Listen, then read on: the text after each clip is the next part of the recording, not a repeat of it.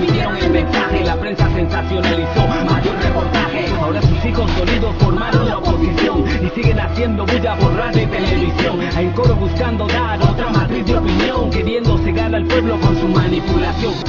No hay que permitir que vuelvan los de la oposición, hay que permitir que vuelvan los de la oposición. Tenemos la obligación de no dejarles mandar. Ayer 13 en la ciudad de Trujillo fue sembrado un viejo guerrillero, comandante guerrillero, el Flaco Prada, hombre que murió con las botas puestas, pues. Murió fiel a sus ideales, fiel a su país, fiel a su patria. Murió de enfermedad, de edad, y fue un hombre que tuvo toda su vida la dedicó a la lucha revolucionaria. Era antropólogo, un hombre bien preparado desde el punto de vista, fue dirigente estudiantil de la vieja Universidad Central de Venezuela, no de la actual, de la vieja Universidad Central de Venezuela. Fue uno de sus líderes fundamentales después de la caída de Pérez Jiménez. Bueno, vaya nuestro sentido pésame a sus amigos, a sus camaradas y a su familia, el Flaco Francisco Prada. Fíjense bien, este video que terminamos de ver en el segmento anterior es un resumen de lo que está ocurriendo en Palestina. Una guerra que está acompañada, por cierto, de una guerra mucho más intensa, que es la guerra mediática. Una guerra mediática, y no olvidemos que la inmensa mayoría de las corporaciones mediáticas del mundo son propiedad del sionismo. O sea, ellos pagan y se dan el vuelto. Le han querido vender la idea a la gente, al mundo, primero, de que su lucha y su guerra es justa. Que aquellos que se oponen a la ocupación del sionismo en Palestina son terroristas. Igual hicieron los alemanes.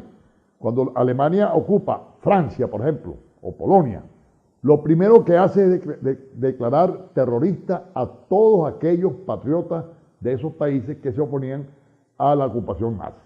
Bueno, eso mismo hace hoy Israel, con el agravante de un bombardeo inclemente por todos los medios de comunicación para hacerle ver al mundo de que es una guerra entre un país establecido y unos terroristas. Israel nace por una decisión pírrica de la ONU en 1948 por la diferencia de un voto, que creo que es un país latinoamericano que hizo la diferencia. Y bueno, se creó bajo la tutela, entre comillas, de la ONU, este país que fue creado por terroristas. Hubo un señor, un europeo, se llamaba, para que ustedes vean pues cómo son las cosas, Folke Bernardotte, un hombre de la nobleza europea, hijo del príncipe Oscar Bernardotte, y era un negociador. Cuando se fue a crear, él colaboró en la liberación de los presos de los guetos de los nazis en la Europa ocupada. Él colaboró en la liberación de esos presos. Por esas credenciales lo incorporan a la mesa de negociaciones para la creación del Estado judío en en Palestina. A este señor se le ocurrió dar unas declaraciones en el marco de esas negociaciones que era una vergüenza que no se le permitiera el regreso a sus poblados originarios, a los palestinos que habían sido desalojados por los terroristas israelíes, mientras llegaban miles y miles de judíos de todas partes del mundo, de Europa, de América, de África, de Asia.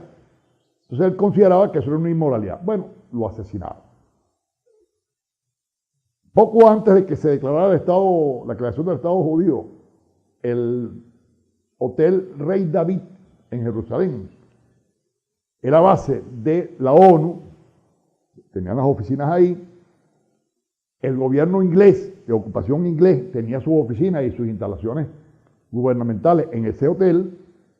Bueno, los terroristas israelíes para demostrar su fuerza y su vocación por la violencia, y que no lo iban a parar cuestiones morales ni éticas, volaron el hotel.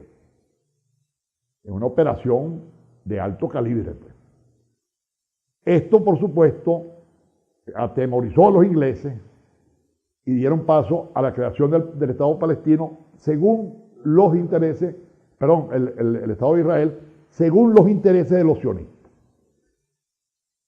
A partir de ese, incluso antes de la creación, ellos venían desarrollando una operación que se conoció como Nakba. Nakba es catástrofe. Imagínense ustedes, cualquiera de nosotros que vivamos en un barrio de Guanare o de Portuguesa, o una organización, mañana llega un ejército de ocupación y nos diga, tienen 24 horas para que abandonen su casa porque lo vamos a bombardear. Bueno, usted recoge lo que puede y se va con su familia, pero no puede más nunca volver a su casa. Esos asentamientos urbanos, que son ya cercanos a los 1000, en el video veíamos que hablaban de 500, creo, 500 comunidades. Ya eso fue en el año 2008, se filmaron ese video. Eso debe sobrepasar las 1000 comunidades con las de este momento, que están siendo desalojados, gente que se va despavorida, pues. Ya, claro, los aterrorizan durante semanas, cuando le dan el ultimátum, agarran los 4 corotos que pueden, la ropa y se van.